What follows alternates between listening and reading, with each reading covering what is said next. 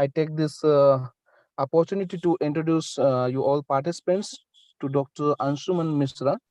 He is Professor Herbert Glitter Fellow and Group Leader at Institute of Advanced Materials IAAM, Ulrika, Sweden.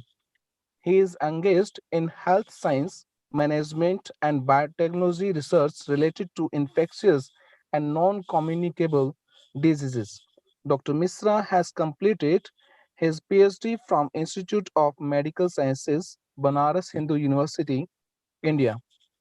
He has research experiences with CSIR CCMS India, University of Cambridge, UK, Busan National University, South Korea, and Institute of Advanced Materials, Sweden. Dr. Misra is actively working on the mass healthcare management and technologies and commercialization aspects of healthcare innovations.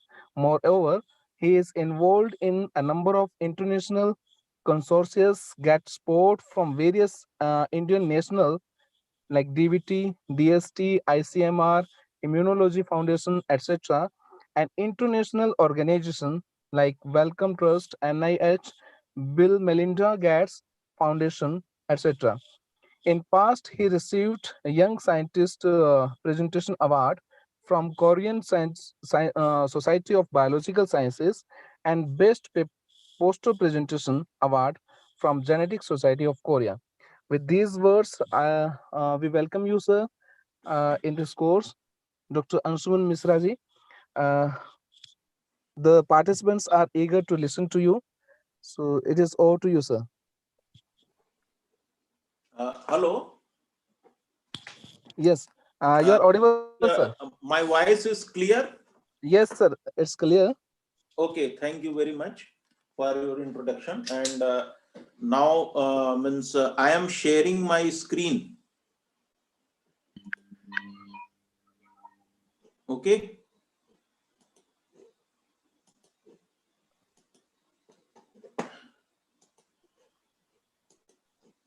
My screen is visible. It's visible, sir. Okay, thank you very much. So just I want to make it big. Yes, no fine. So thank you very much, Dr. Sitaram Ormaji, for my introduction, and Honorable Vice Chancellor, sir, all the senior faculties and distinguished speakers, all the audience, and especially Professor Mangla Madam for inviting me and giving me opportunity to address this session, which is specifically from JC Bose University of Science and Technology, Chemistry Department, with the Association of American Chemical Society and Vibha Vigyan Bharati, to organize a short-term course on online mode on the theme Advanced Material for Aatmanirbhar Bharat. So today my title of the talk is Sustainable Healthcare Management and Green Chemistry. So why I had chosen this topic, this is also a very important, because until and unless we adopt green chemistry policy, we cannot handle sustainable healthcare management. So for healthcare, green chemistry policy, green chemistry technology is must. So this I am going to address in this presentation, where with my some publication and justified examples, you all can understand that how much big role green chemistry can play in healthcare management, particularly when whole world is affected with pandemic of coronavirus. So I am Dr. Anshuman Misra. I am Professor Herbert Glitter Fellow and Group Leader in Institute of Advanced Material. I am Ulrika, Sweden. So today focus of my topic is COVID-19. Little bit examples I will give about the COVID-19 and what are the important challenges. Why with the challenges we have to divert our research for a sustainable model, and my objectives and how we can understand these things, what kind of adaptation we can take, and how our adaptation will impact in our healthcare models, and role of green chemistry and COVID-19 in the last COVID-19 sustainable model. So you all know about the coronavirus, and just I will go a little bit brief that means symptom wise you can say ranges from common cold to more severe lower respiratory infection like pneumonia, and characterized by enveloped non-segmented positive sense RNA virus. And already lots of major outbreaks occur. This is not first time. 2003, 2012, 15, 17, and now 20. So lots of outbreaks occur, and there is some death. There are lots of infection, but still that is very under 1,000 or less than 10,000. So that time it is not very much serious. Now this fifth pandemic is very very serious, which leads to from today 110 million infection, and you can see many persons died also all over world. So it's uh, my message is to transmission control may influence any kind of preventive measure. So if we adopt a policy for transmission control, then we can control this disease extensively. Means diagnosis and control is two important part in any model. If you see the structure which is already published in ICMR journal, that this virus has SMEN, means membrane proteins, nucleocapsid membrane protein, envelope protein, spike protein, and hemagglutinin esterase kind of things. And there are lots of symptoms. You all know that diarrhea, shortness, breathing, high fever, vomiting, cough, all kind of this kind of thing. So if you divide it systematic disorder, respiratory disorder kind of thing, so all symptoms lead to if becomes severe, and particularly old age people or persons having different kind of disease, then it is very then it can cause fatality. So if you see just 31st December, first time China alert WHO that there is some kind of disease, and later slowly you can see how it is progressed. And just 11 February means 1 year back, WHO first time named it COVID-19, and today is 20 February 21, just 9 days, 1 year and 9 days. And today we are facing you all know that which kind of phase we have entered. So this timeline shows us that how much infection, particularly emerging disease, if we not make any kind of policy, if we not make take it serious, our lifestyles, if we not take environment very in specific model kind of guidance of UNO guidance, country guidance, then within 1 year, how much kind of worst situation we have faced.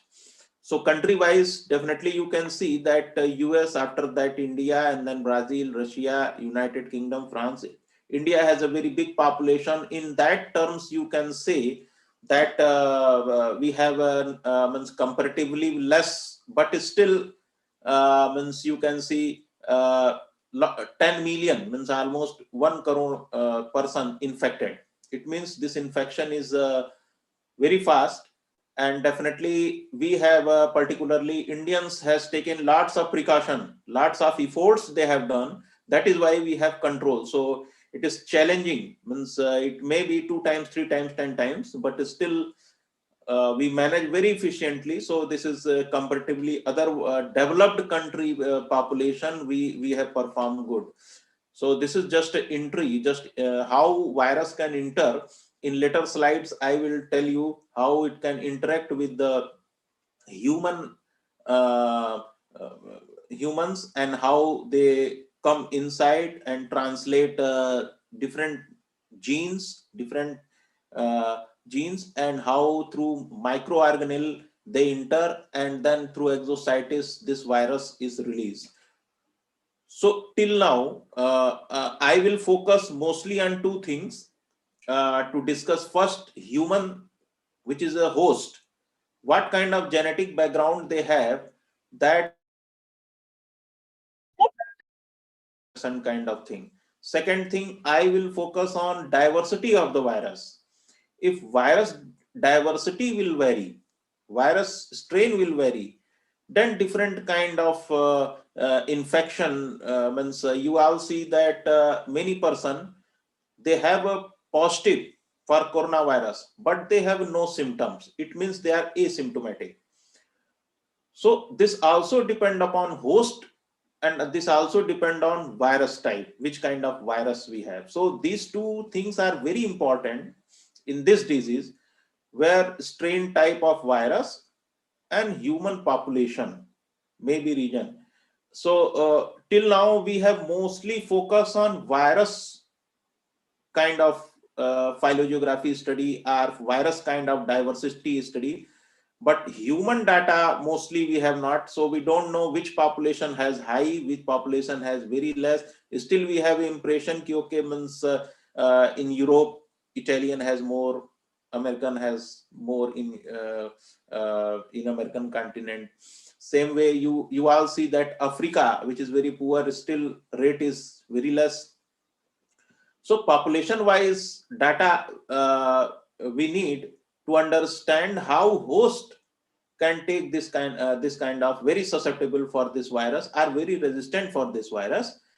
While if you see the virus genetics, then you will find there are 7 known types generally reported, and SARS-CoV virus are Middle East respiratory virus. These two viruses are most important. And now we have a, like just like SARS-CoV virus, this is SARS-CoV virus 2, also called as COVID-19 disease, causing COVID-19 disease.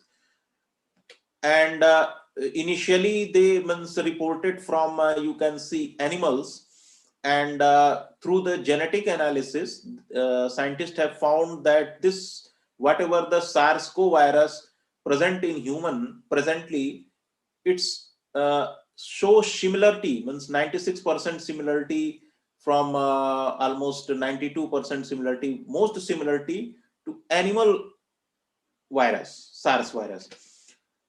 So generally they means through bioinformatic analysis, they have categorized there are 3 kind of types: A, B, C. A is mostly in European American, B is in East Asia, and C type is present in Europe and America. And they have a different kind of protein changes, and that is why their functionality changes. So due to genetic mutation, there is a change in amino acid and hence protein, and then their infectivity or adaptability or in rate of infection, everything change. So this is very important because virus is very sensitive and highly mutated. That is why we have to more focus on their type of virus, there is means which kind of strain it is, how it is very, how it is adapted in specific virus, and then again go for mutation. Mutation means change in their genetics, and then change in amino acid. If means coding if change, and then protein and their functionality will change.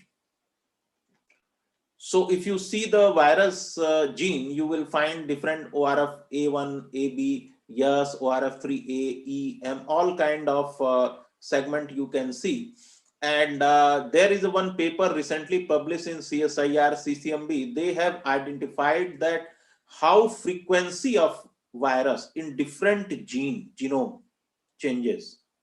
You can see different like 5 days UTR, ORF A1, AB, yes. So by this graph, you can see ORF 1A has highest mutated part. This genetic part highest mutated means lots of changes done. And same way, ORF 7B is the lowest, ORF 10 is lowest. So if we means we are talking about spike protein, so you can see spike is also means more than 500 to 1000 in between. Spike is also there. It means spike is also variate, and we all know that spike protein from virus and ACE2 marker in human, they both make conjugation and virus entry occur. So very important to study the spike protein this time. And if you see the region wise, Then different date means you can see how this virus enter in our system. So one here this phylogeography data show that you can see there are yellow and red color. So bat virus is red color, and yellow virus is uh, virus found in China, Wuhan. So you can see both clade are very closer. It means that whatever the China virus found is showing more similarity in bat virus. That is why we oftenly say that this virus originated, means not originated, but you can say more become come in under human transmission, means from animal to human, and from human excessive transmission, that then it is spread all over world. So same way, if you see timeline wise in how this virus enter in India and through which route, so different kind of lineages based on their amino acid changes, based on their DNA, means their RNA changes, this virus step in different time zone from different route, particularly comes in from Europe. So this we can understand through phylogeography study, through some softwares and real-time PCR study. So this kind of not real-time PCR, there are different genetic sequencing machines are there available, which can sequence kb kind of any genome. So if we focus diagnosis, you all know that there are lots of method of the diagnosis, but in this virus pandemic, mostly we focus on rapid test, means antigen antibody kind of thing, and then go for a virus nucleic acid test, because we want result immediately, person is infected or not infected. So time and cost, these two matters in this disease very much. That is why molecular and immunological methods people are using, and mostly you can see spike surface glycoprotein uh, play essential role in binding to receptor on the host cell and determine host tropism. So means it is also the major target of any kind of neutralizing antibody, and also target of any genetic test also. So you can see here ELISA, how ELISA works through, means and means how antigen and antibody they bind to each other, and how we can detect the virus. But the thing is that there are lots of drawback, non-specific binding. Even there is a virus like similar thing, then also our binding occur, and we will get false negative. So we mean for big population screening, it is good to go for ELISA, because it is time taking and also very less cost. But for a specific diagnosis, we have to go real-time PCR. So this is also one of the example of immunoglobulin test, immunoglobulin M test. You can see that immunoglobulin detected in 21 M, detectable in 21 days. And also you can see that how immunoglobulin G disappear after 14 days. So through immunoglobulin G antibody and immunoglobulin M antibody, uh, we can quantify, means understand there is infection or not. And these all are SARS-CoV virus RNA antigen are coated in nitrocellulose membrane, and then we have take the samples, and through the indication of any test line we and control, we can say, means this antigen is present or this antigen is not present. So we have to always understand the immunology and pathogenesis. What are the relation between immunology, means a diagnosis test, and what are the clinical feature coming later? We have to correlate that, and then we can understand how dangerous this disease is. So if we talk about the coronavirus genome, what we have found that there are many databases are available, like NCBI, GIS set, where we can download, we can register and we can download. There are also free databases from whole genome, and study the which protein and which amino acid is present there, and how they are playing their role in infection, in severity, or any specific organ attack. We all know that they can attack mostly on lungs. So this we can understand very easily just by going these databases and do the comparative genome sequence analysis. We can understand very much pathogenesis kind of thing and make a strategy to for fighting this kind of virus. So mostly you all know that mutation in spike surface glycoprotein, scientists are mostly focused to diagnose for diagnosis and other things. And this is just real-time PCR machine where we are taking sample from nasopharyngeal region, and just we collect this in some specific solutions and then go for real-time PCR, 2-3 hour this PCR run in specific temperature with along with specific enzymes, and then through graph we can understand there is a positive or negative. So this is very sensitive, where with control and experimental we compare and detect the fluorescence in the tubes during the run of the DNA amplification. So this is thermal cycler kind of machine which is based on temperature, specific temperature and timing. So now you can understand that how SARS-CoV virus enter in a human through ACE2 receptor. So you can see that SARS-CoV virus spike protein binding to ACE2 receptor of humans, and viral entry occur, and then replication, and ACE2 become down regulatory, and several mechanisms that time play a role. So S protein of the spike protein is a most important part of virus which we have to focus for particularly diagnosis and pathogenic kind of strategy. Most interesting thing, this ACE2 which is present in human, present in all kind of organelle from nasal, lung, ileum, heart, eye, liver. It means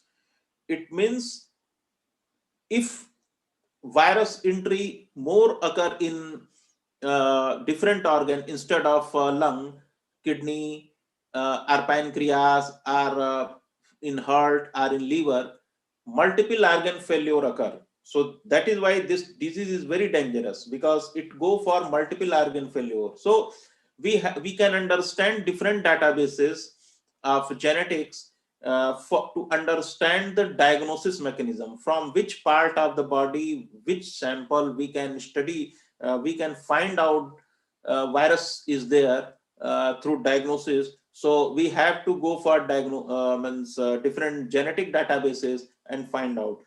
So now I will discuss what are the major challenges. So there are several challenges. Most important is socio-economic. You all can see particularly socio-economic status become down all over world. Many people suffer due to economic crisis, and social, definitely social status there changes. So this all occur because there is a drawback in diagnosis and control. So diagnosis is very complicated. If you go for real-time PCR, which is this time confirmatory, still it is very, very costly. In India, I had seen 800 rupees to 1500 rupees. And I will tell you, this is the cheapest in the world. Means in other country, maybe 2000 or 5000 or 10,000. But in India, it is cheapest. But still 800 rupees and 1500 rupees, 800 very specific places. But in if you go in private, 1500 to 2000, which is very costly. So everyone cannot go for every time, because once you infected, it doesn't mean after some time you not infected. Although your immunity will increase and the chances of become severe not occur, virus will enter in you and give some kind of small symptoms and go away. So there is a virus cycle. So you have to just take precautions, and very strict precaution. Even you have infection, this will nothing will happen. Infection automatically will go if you follow the some strict information already mentioned in Ayush Mantralaya and ICMR guidelines. Same way, pathogen variation is another. Every time we listen ki African strain come, European new strain come. What is this? This is the means if change in virus protein, virus means protein structure, protein functionality due to change in amino acid, then change in this functionality of their spike protein or any other protein, membrane protein or other thing, bring new kind of infection progression. Means earlier they are infecting lung, now they are infecting something else. Now some more sneezing, more this. So any kind of clinical feature can vary, and maybe sometimes severe also. Means particularly old age people or person having different disease, that is very severe if we not properly means manage that. So gene environment interaction is not clear. So what are the environmental adaptability for that virus, and when this virus becomes very dangerous in a specific virus, a specific environment, this we have to understand.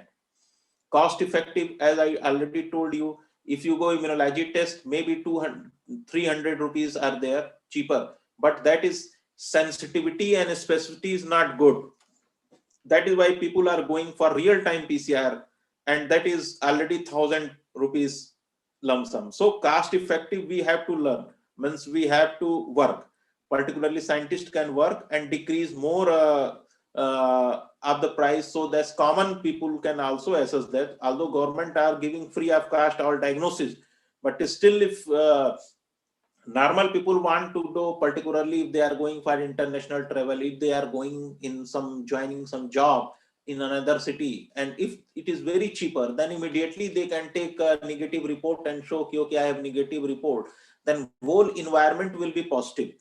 Otherwise people will think maybe you have infection, so they make distance. So this is the one of the social challenge also. Human to human transmission is also challenging.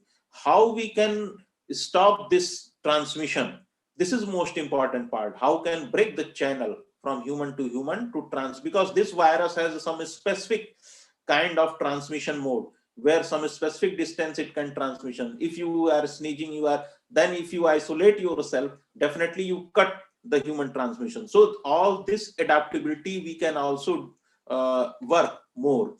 So this is just one example of my published paper, where same host, one fish, is infected by virus, bacteria, and protozoa. So what happened? We have seen different kind of genes upregulated and downregulated. Some genes are upregulated in virus, that gene not upregulated in bacteria, and also not upregulated in protozoa. So this show different disease had different clinical feature, different, even virus strain have different kind of clinical feature. Maybe some virus can change something else, and same virus another strain, same virus another type, change some another gene. So this is the example you can see in next slide, that there are some common gene. These common gene, which is like if you see virus upregulation gene, there are 10 gene which is upregulated in virus, in bacteria, and protozoa commonly. It means this, if we design any kind of diagnosis or pathogenic mechanism based on these 10 upregulated, or 57 that another figure down regulated, it means we are addressing common kind of thing. We cannot say this virus is specifically is there. So what we have to focus, we have to focus specific things. It means if you go, if you see the number 1083 in virus, these genes are upregulated, are down regulated 10,168.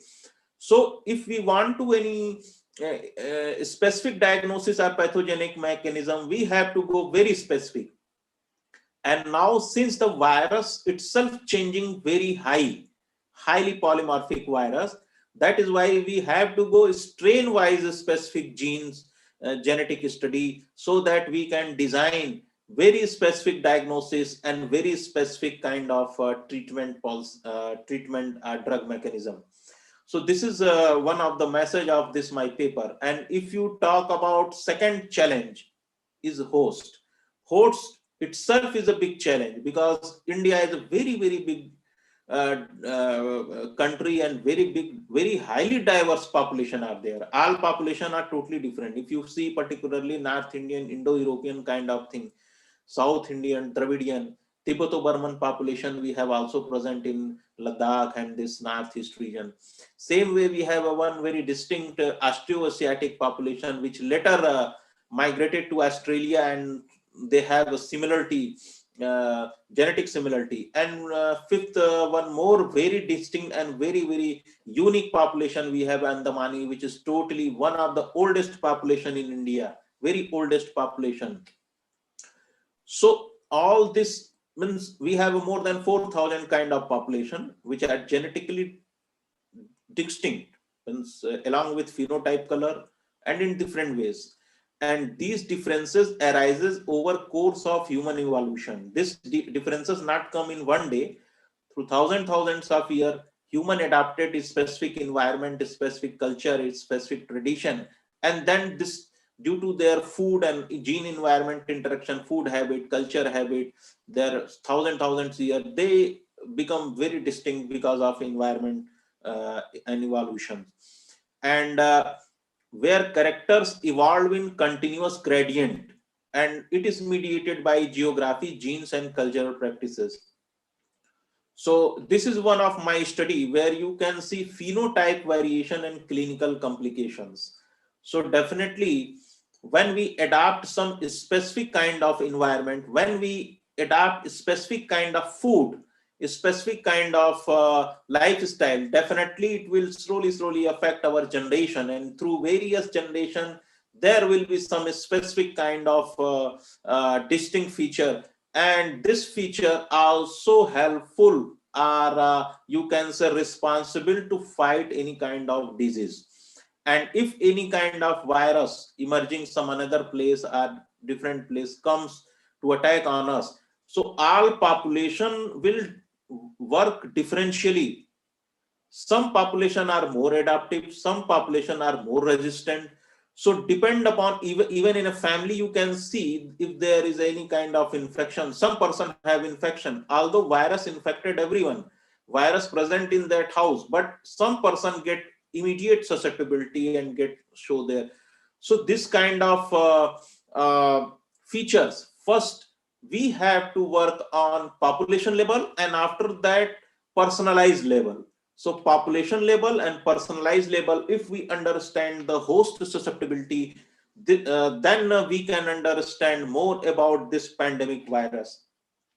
So this is the one my study, immunogenetic regulation in Bihar, where visceral leishmaniasis study we have done. And this visceral leishmania is a protozoa disease.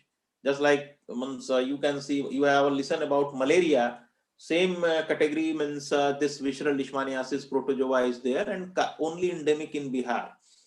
So when I had done one of the important IL-10, which is immune gene, immune related gene. So what we have found that geographical association, it means SNP, we say SNP means single nucleotide polymorphism of the smallest part of the DNA, through which we denote any genetic influence or genetic impact. So what we have found through database analysis, RS111 is associated with Behcet disease in East Asia, but this SNP is not associated in India. RS286 present associated with leprosy disease in India, but not associated with VL in India.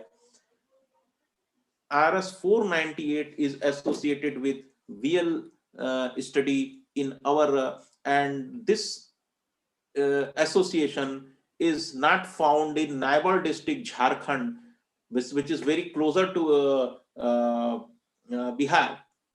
But one part has a 498 association, and they have a visceral leishmaniasis disease. Another part have 286 associate, RS286 association, and they have a leprosy disease. So here there is no endemic of visceral leishmaniasis, here no endemic of leprosy. So we have to understand immune regulation, and that is why we have studied 34 34 population, means you can say 16 tribal population and 18 caste population. So all caste and tribal populations segregated based on their genetic background, and through this study we come to know why some population are very different, and how they definitely, if they are genetically different, they will react differentially in any kind of pathogenic mechanism. Now we focus on drug and genes.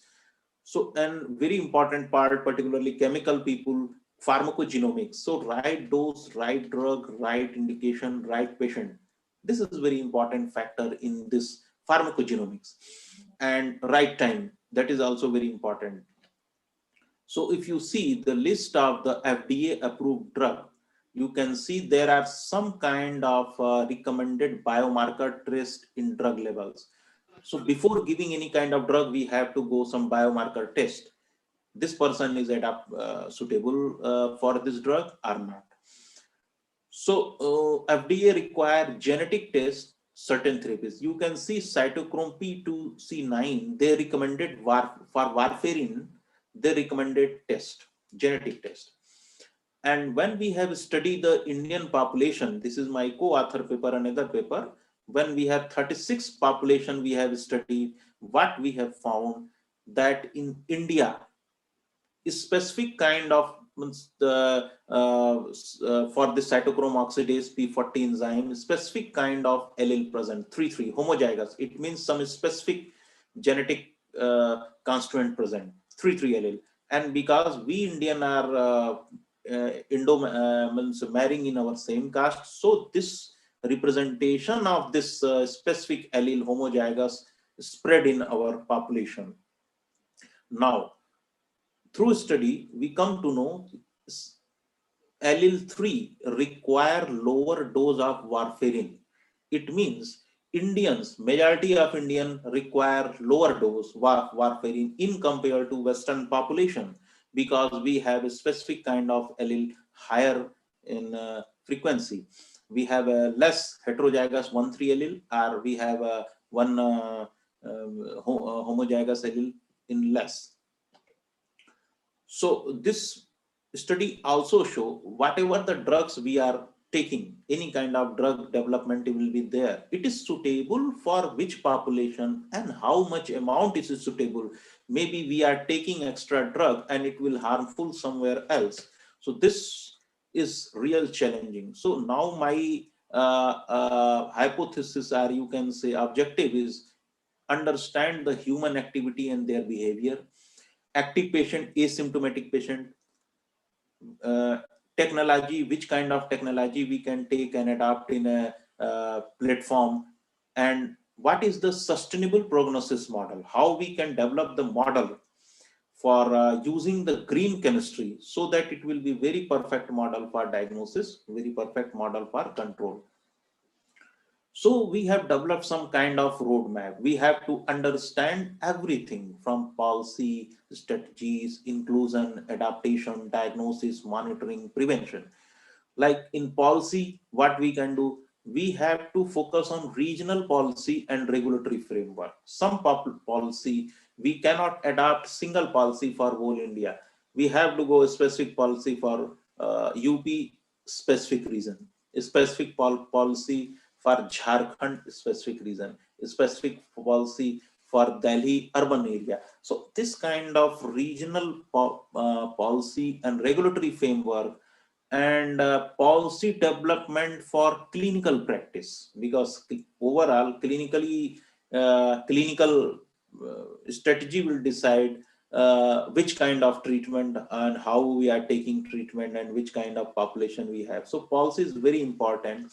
Then strategy to develop training for healthcare worker. Many healthcare workers suffer and they are kind of warrior in this pandemic. So you can see that training is must for everything, and develop a strategy for family and community level. We have developed we have to go not only for means whole country strategy, same strategy, but different kind of strategy for family, different kind of in specific community.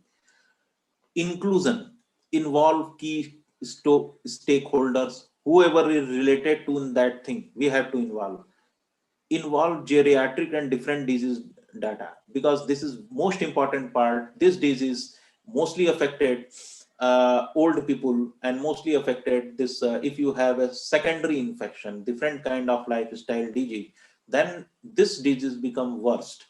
So this kind of is means inclusion we have to take in our diagnosis and control model.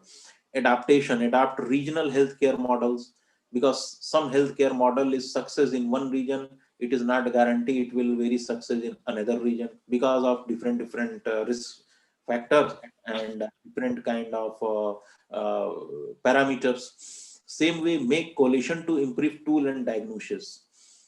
If you go for diagnosis, then immunological test for serosurveillance in big population and with clinical correlation, and genetic test only if you find a clinical correlation, then go for genetic test. So this, by this way we can save the money. Monitoring, very important part. Assess community for accountability, and also follow up past cases for accountability. Very important to monitor a very big population, so that immediately we can focus on a specific region. Okay, this region has highest infection or highest kind of incidence rate. So more stronger policy we have to adapt in that regional health model. Preventive healthcare technology, mostly through technology, AI, IoT, sensor based, cloud based technology, we can go for prevention model.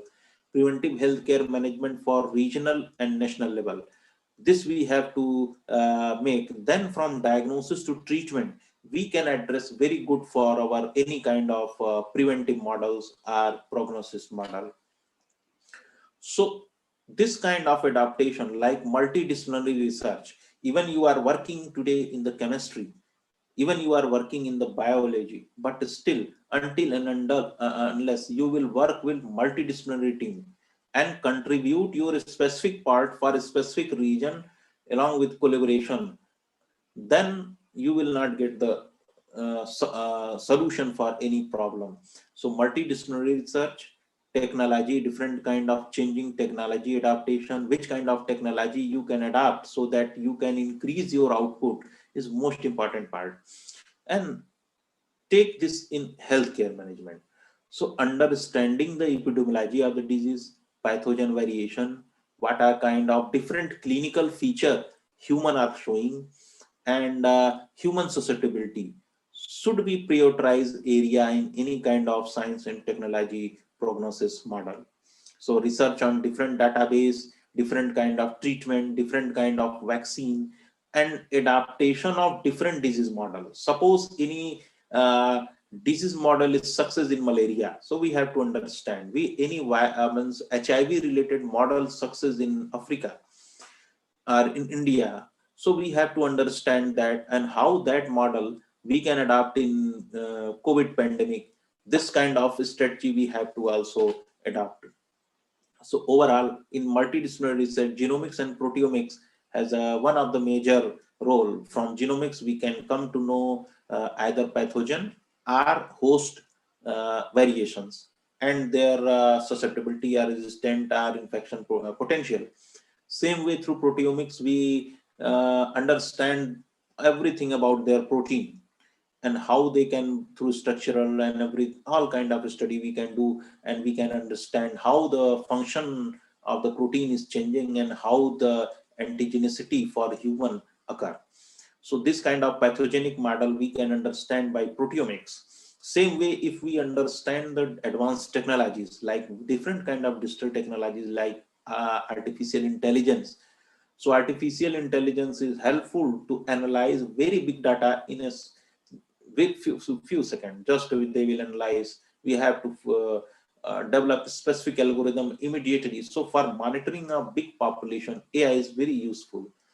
They can suggest also different kind of drugs, which protein structure is more compatible for means which region or which kind of drug is more suitable for binding with a specific kind of structure.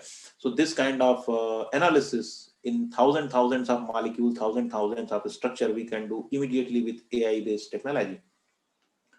Biosensor and bioelectronics is one of the emerging field, not emerging, very developed field actually this time. So we if we adopt research, multidisciplinary research in biosensor field, it will be very useful for coming days for any kind of disease, because technology oriented healthcare model is need of the hour. Technologies have the potential to accelerate the epidemic management extensively and protect from any kind of disease burden.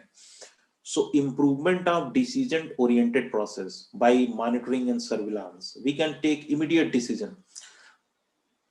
This technology is very helpful, like GIS, information technology, computational analytics, mathematical modeling, and save lives and decrease economic loss of the public. So this is the example of biosensor based research, where you can see three components like analyte, bioreceptor, and transducer. They play major role in this research.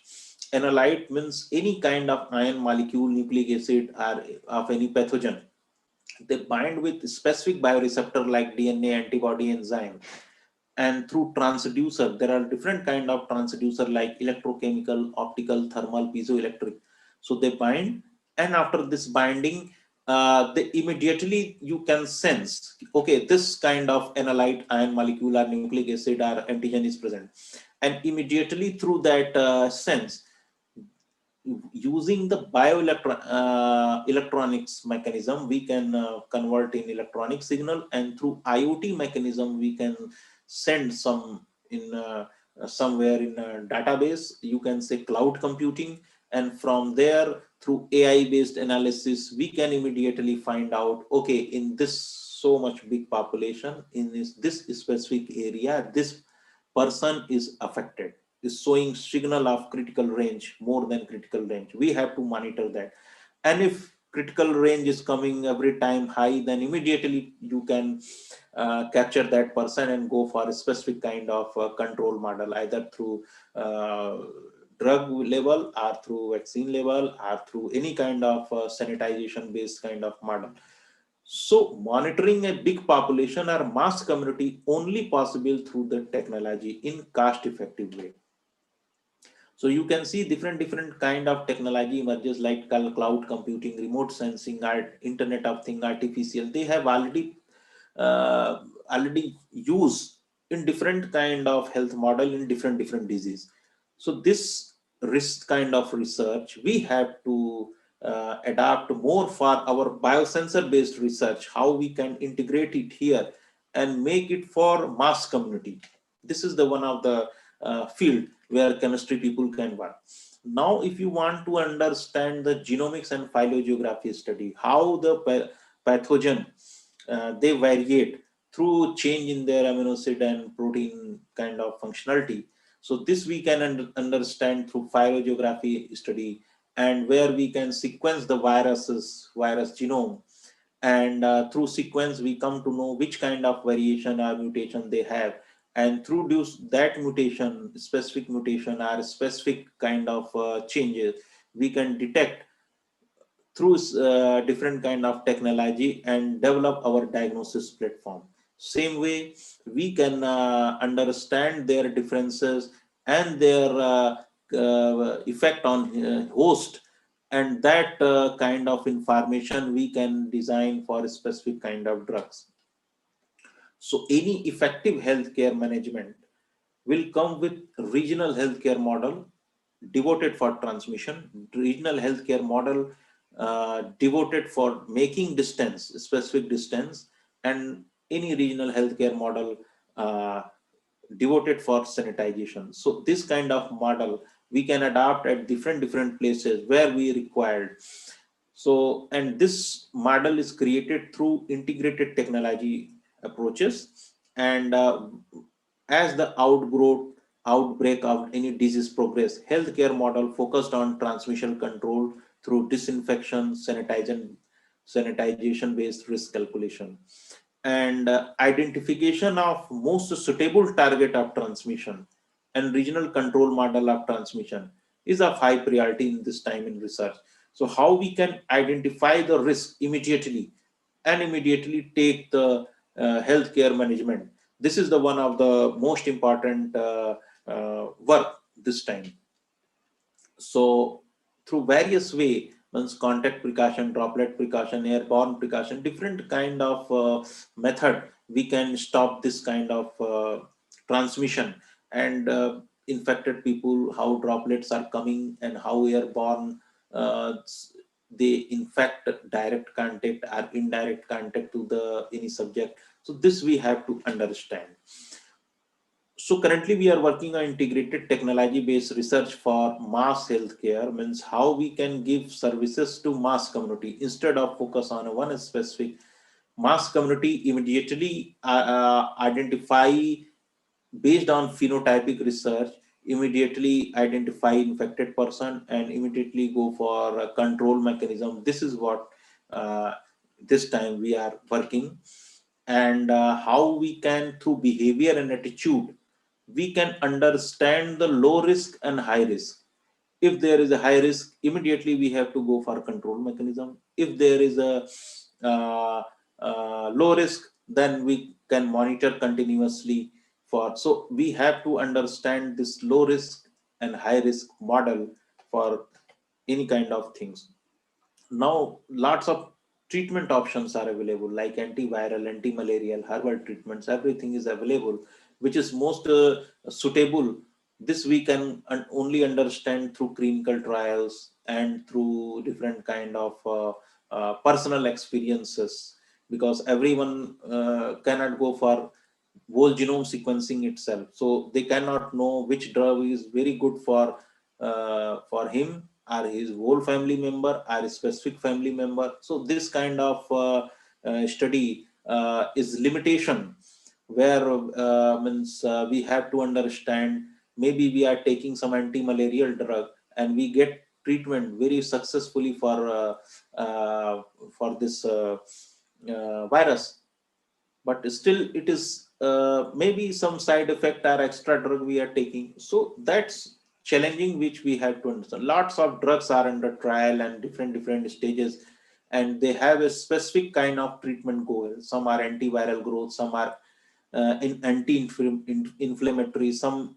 uh, treat pneumonia, some tissue degradation, some reduce organ failure. So they have a different kind of target. And three, understanding the drug mechanism is most important part of any research. If you talk about the vaccine also, so you can see different part of the vaccine, people are working. Some they are working on virus, some virus vector, some nucleic acid, some protein based vaccines are there. And even in that various kind of categories, like virus inactivated and weakened, viral vector replicating, non-replicating, nucleic acid DNA based vaccine, RNA based vaccine, protein based vaccine. If you talk protein subunity they are taking, and sometime virus like particle they are taking. So different kind of vaccine development, these vaccines are working on a specific region. Line of attack, if you see the side figure published in Nature, that experimental treatment strategy attempt to interfere with different steps in the coronavirus replication cycle, like chemostat mesylate. If you see, then you can find out that monoclonal antibody and covalent plasma region it can occur. So same way, if you talk about remdesivir, replication transcription complex RNA dependent RNA polymerase, there it is working. And if you talk about the chloroquine, hydroxychloroquine, which is anti-malarial, this is working, you can see near endocytis region when there is a endocytosis occur. So different. So what is the most important part? How we can develop the sustainable prognosis model. This is the so any prognosis model which address diagnosis, treatment, or control. If we talk about the diagnosis, then definitely we go for genetic test, immunological test, biochemical or biophysical test, and phenotype based test. Same way, if we talk about the treatment, pharma and medicine, green chemistry, and natural and traditional plant medicine. If we talk about the control, sanitization, vaccine, healthcare monitoring, all these are control mechanism. So how we can convert this kind of prognosis model in a sustainable model? So most important part, if you see in treatment, that green chemistry. By using the green chemistry, we can develop our sustainable prognosis model, which is very, very harmless. And you can see from this systematic diagram that proposed sustainable prognosis model to mitigate the COVID-19 burden address major component of sustainable healthcare systems such as environment, social, and economic. So this is the most important part. You have to understand that any prognosis model, control model, until and unless it will work for balanced environment and justified socioeconomic, it will not be a sustainable prognosis. So now I will talk about the green chemistry. So some slides I had downloaded that using the green and renewable raw material, green solvent, green catalyst, efficient process, environmentally benign products address the green chemistry. So solution is the any kind of green chemistry we can focus in any diagnosis or preventive model that will become sustainable model. So if you talk about the fabrication, you can see the choices of reagent will be renewables, biocompatible, reduced toxicity, safer disposal and recycling. Most important part, we have lots of waste after COVID. So how we are safely dispose it and recycle it, most important part. Engineering, definitely continuous flow and batch processes, minimize the byproduct, and nanotoxicology, minimize energy uses. So these are the important constituents. So now I will discuss this 12 kind of very important information like prevent waste, maximize atom economy, less hazardous chemical synthesis, safer chemical and products, safer solvent and reaction condition, increase energy efficiency, use renewable feedback stocks, avoid chemical derivatives protecting groups, use catalysis, design chemical and product to degrade after use, analyze in real time to prevent pollution and minimize potential for accident. So these are the key uh, segment where we can work in chemistry, in pharma industry, in drug industry, in diagnosis, in control model, so that we can develop our sustainable model. So here there are two very important publications recently come. Uh, Figure 1 defines sustainable development by design. So by chemistry, toxicology, public health, ecology, and engineering. So chemistry play a very important role in designing sustainable development by design. And if you talk about the this second figure, where chemical industry, agriculture, pharmaceutical industry, and how we can all these material suppliers are there, and how green product users like recycled plastics, new IC products, healthy products, how we can share, how we can redesign, how we can remanufacture, and how we can recycle. So all kind of segment we have to work like if you see the material supplier, they are working for waste medicine, electronic waste, biochemical, these are means products. So how we can renewable these feedstocks, how we can manufacture, remanufacture, and again product design and circulate in same thing. By this kind of recycle and redesign and sharing, we can promote the sustainable kind of model. So you are aware about the sustainable development goals of 2030 of UN. UN has developed 17 important goals to make the whole world very sustainable. And if you see some specific goals like goal number 3, good health and well-being. If you focus on goal 6, clean water and sanitization. If you focus Hello, on, Anshuman sir. Sorry to interrupt you. yes, I think your volume is low, sir. from last 1 or 2 minutes. Okay, okay, no issue. Now it is fine from here. Hello, No, sir, it's low. I think it's low. slow. Okay, just 1 minute, 1 minute, just 1 minute. Hello. Now I am audible little bit. A Hello. bit better, sir. Bit better. Okay, okay, okay. Now I will, yeah, increase my volume.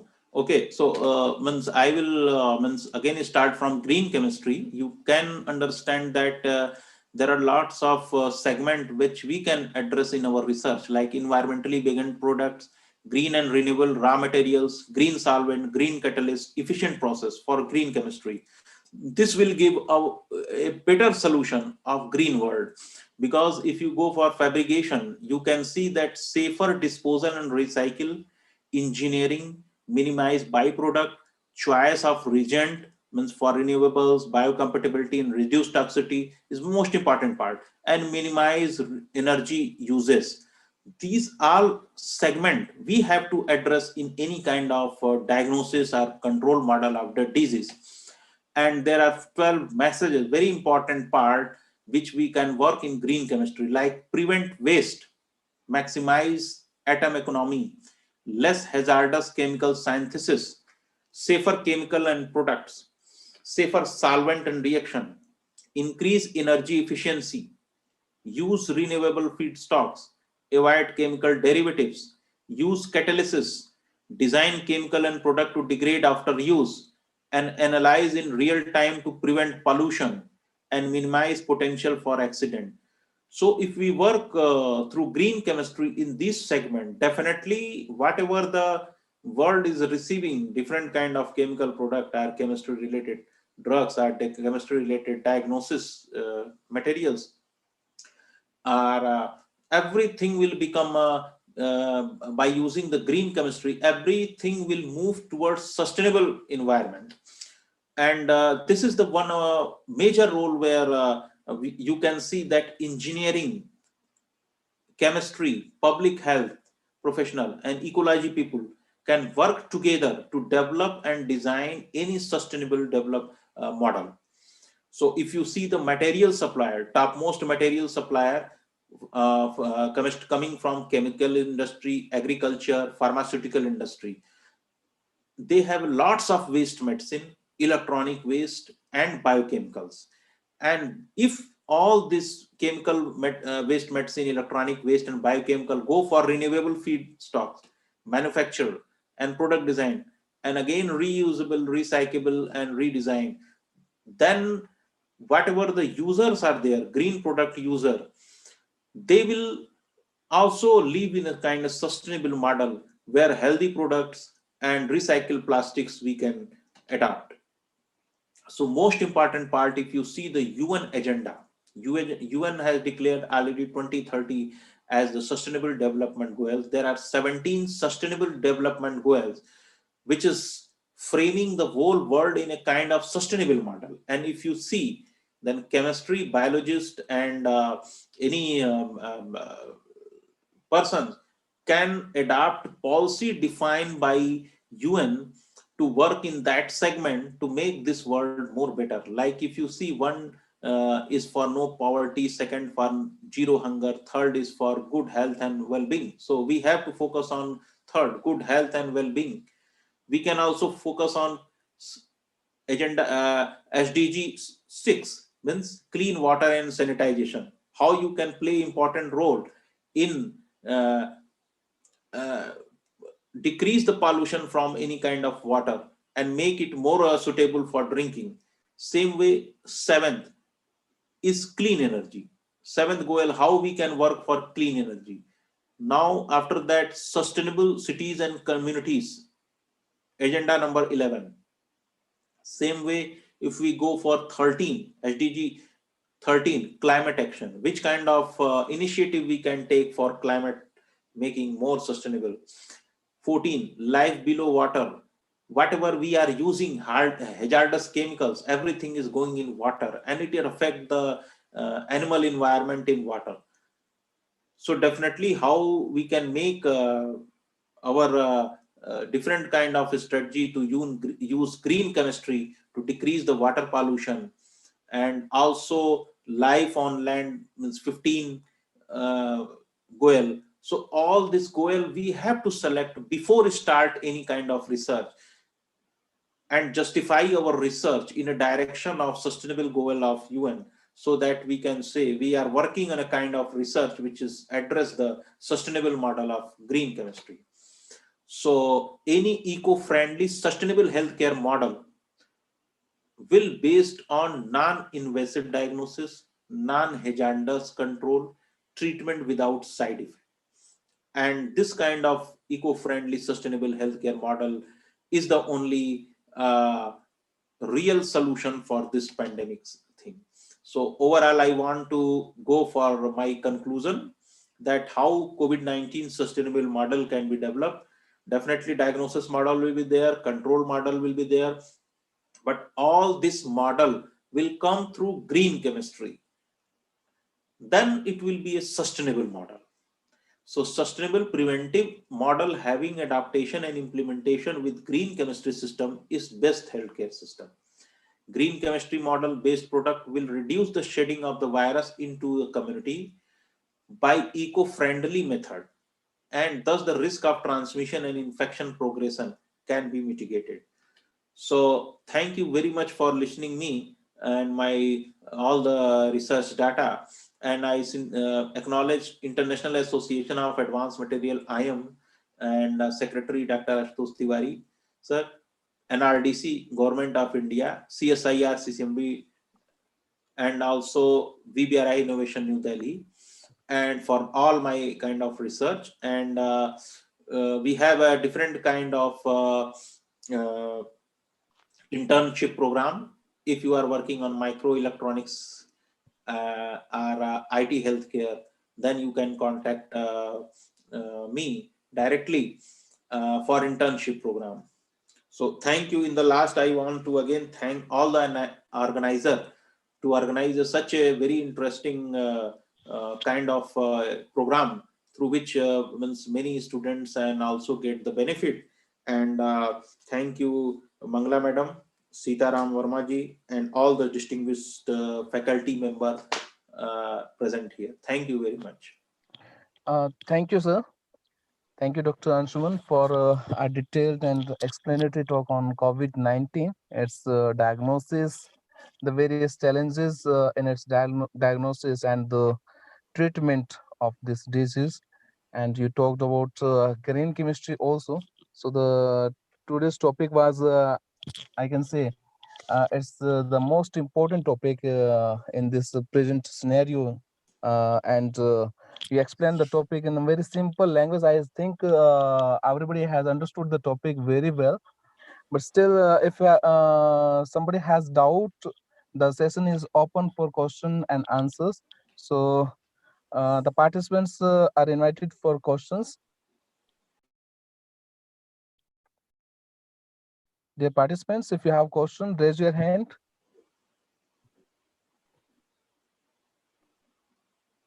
Ritika, yes, Ritika, you ask please. Good afternoon, sir. Good afternoon. Sir, while designing drugs for any virus or any disease, should we take care of geographical conditions and of what of which country we are designing, like their diet style and geographical conditions also? It is actually, as I told already told, that now earlier it is fine, but now we are analyzing and doing research in even a small segment.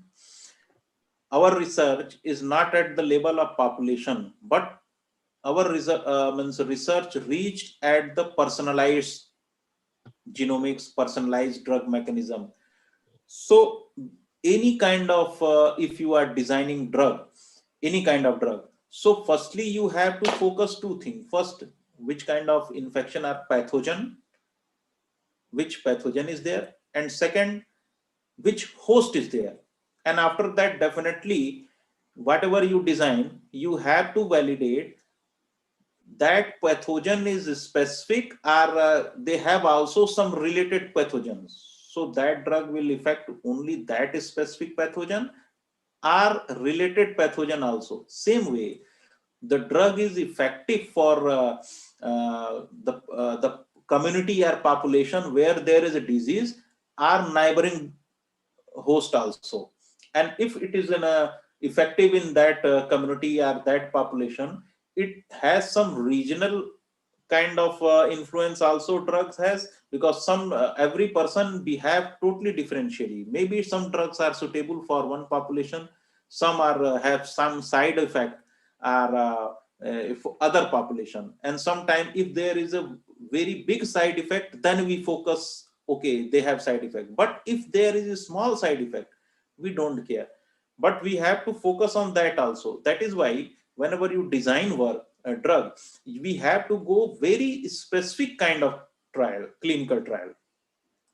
Earlier, random trial and mixing kind of trial. So we have to standardize our clinical trial parameter, so that we come to know this drug is very good, somewhat 90% effective in this population, 80% in this population. It is success, 100% success, and 20% only effective in this population. So this kind of new strategy we have to adapt for any kind of drug, means where we have to address pathogen related, also host related, all the challenges. And sir, in India, like we have a variety of gene pools. So while designing drugs for any specific people or specific gene type people, then it will be economically very challenging to design those drugs for like the country like India. So how to overcome this? Yeah, that is why it is very very means important part. That is why whatever the drugs are coming, we have lots of drugs, we have lots of people are using, and very less research done on drug side effect, very less research.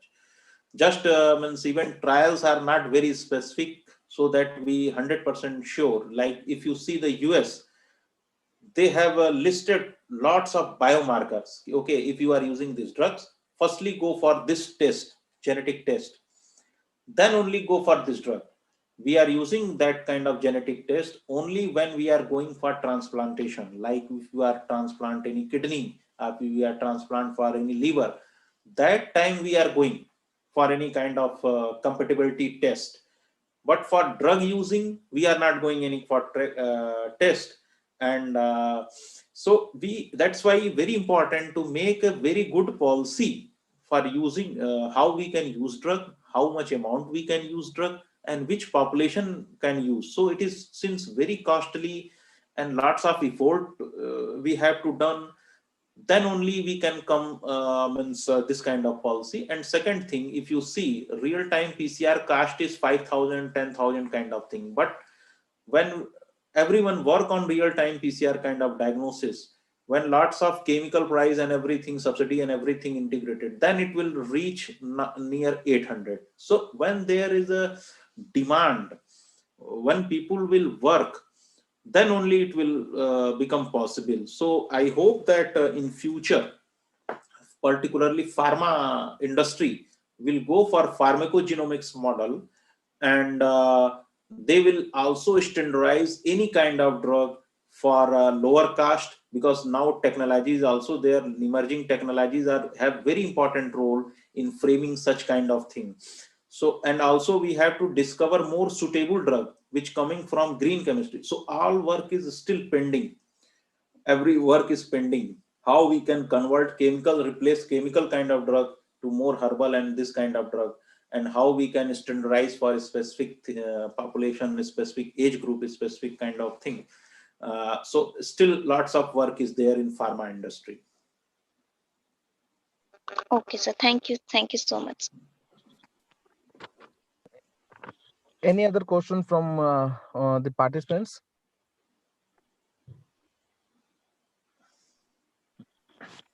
Sir, I have one query. Please, ma'am. Yes, madam. Dr. Mishra, I want to know your comments about this new strain of COVID virus. Okay. Means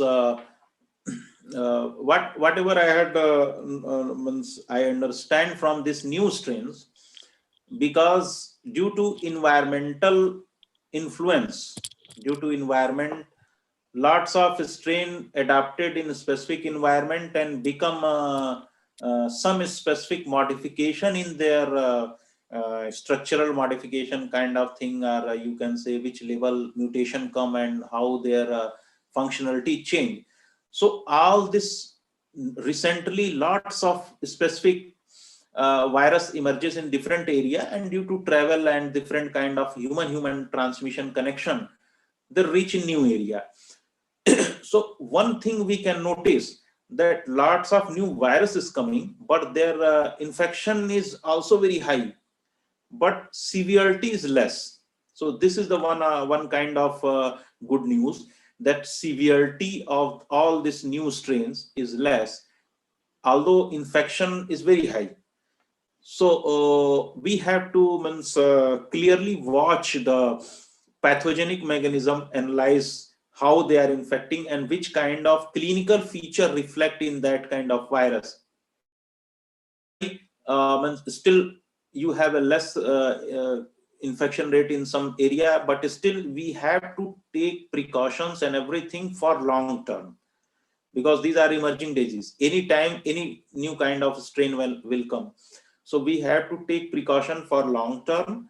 And also even there is a means less high infection but less severity, less means dangerous virus, but still we have to protect our old peoples and persons having different disease, particularly lifestyle disease, diabetes and cardiac care.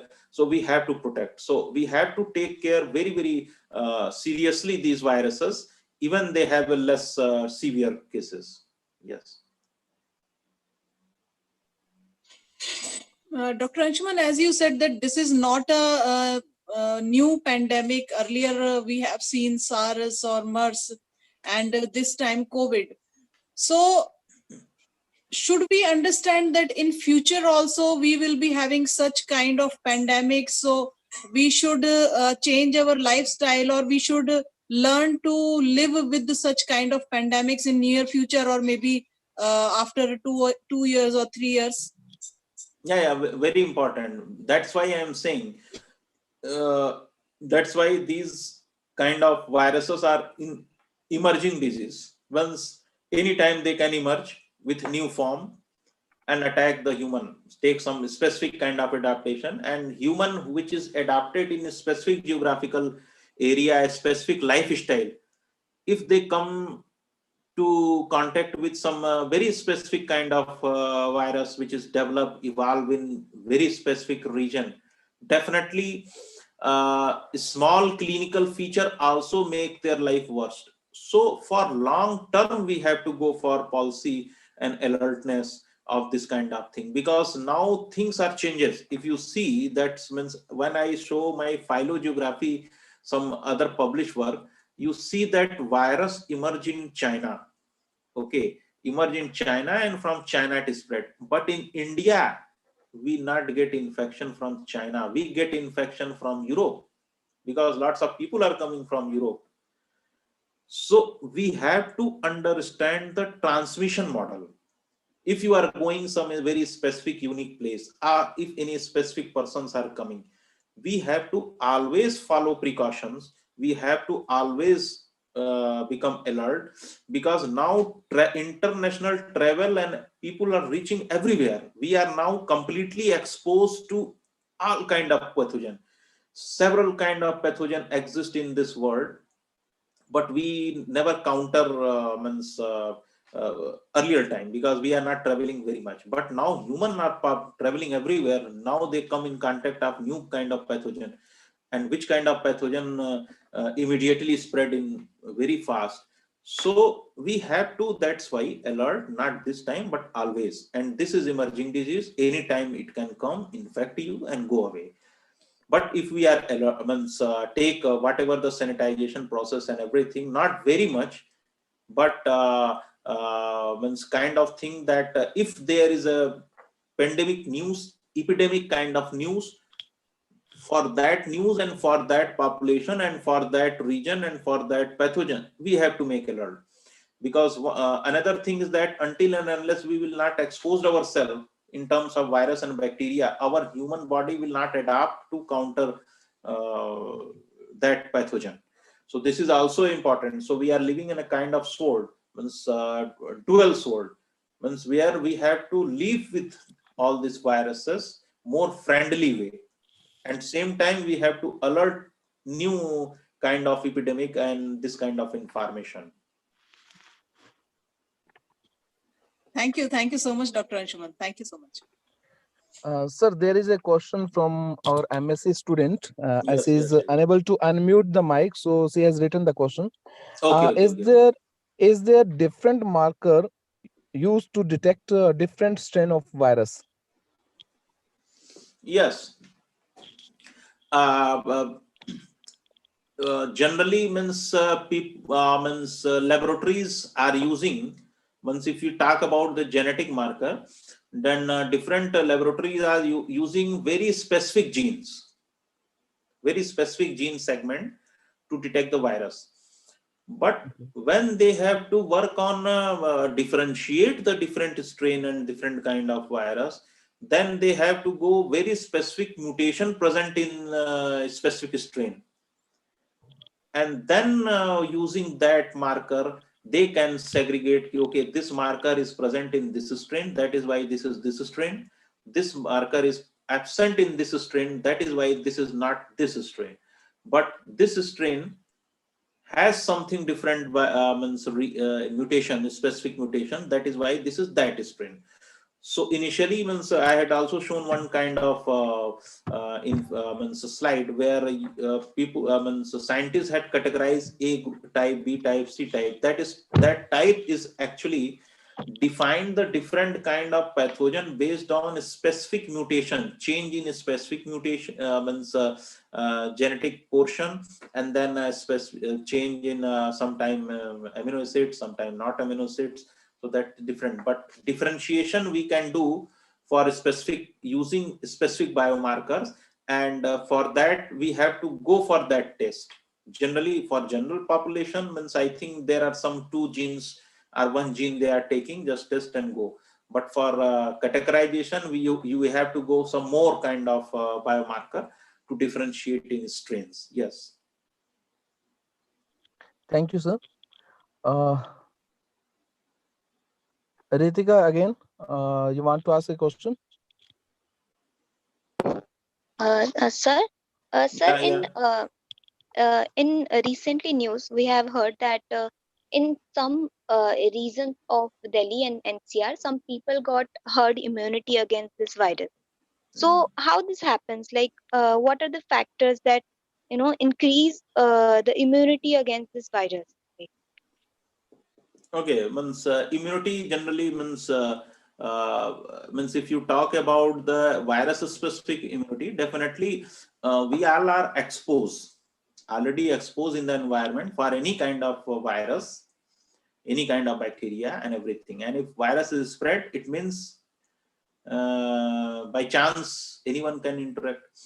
And if we expose very much, then definitely means and our immunity is low, then we will get the infection and infection progress, and our immunity is low, then it will convert in a disease.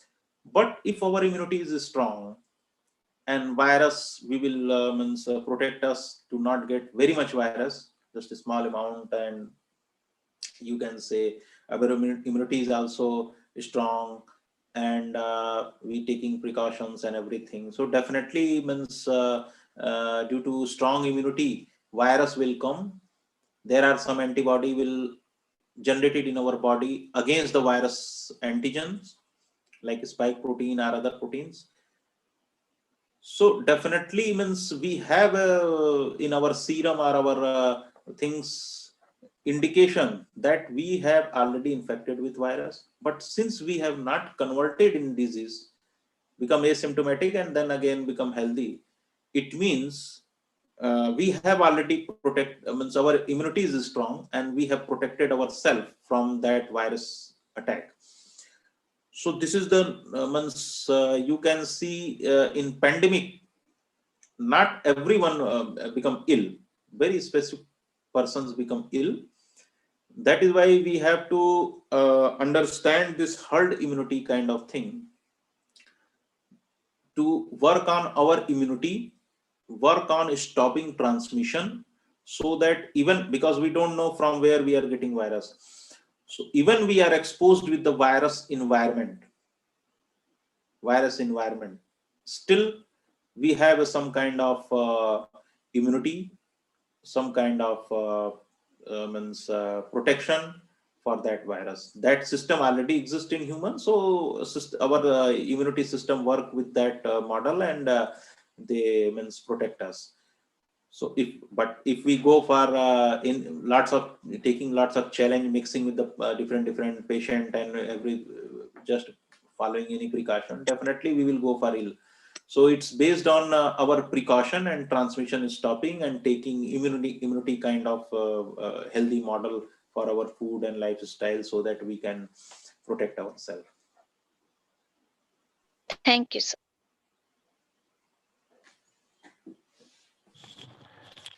Thank you, sir. So once again, we thank you, sir, for taking out some time out of your busy schedule to discuss with us. And thank you so much, sir. We are Thank you at very the end much. of this session. Bindu ma'am, you want to add something? Otherwise, we will end this session.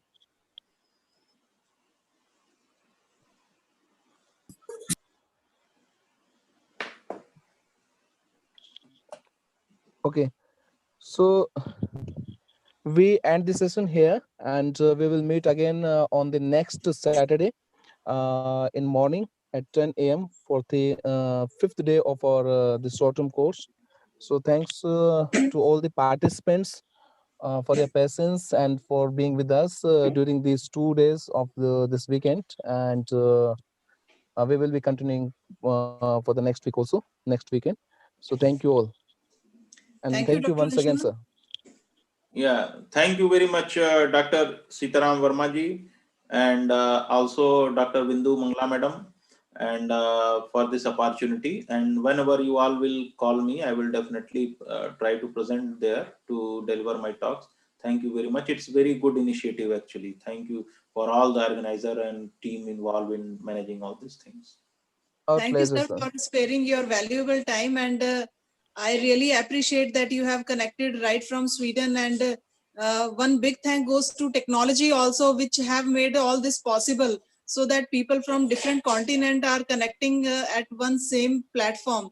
Maybe Yeah, at maybe the time interval is there, but here we are having the pleasant evening, and you might be having your pleasant morning over there.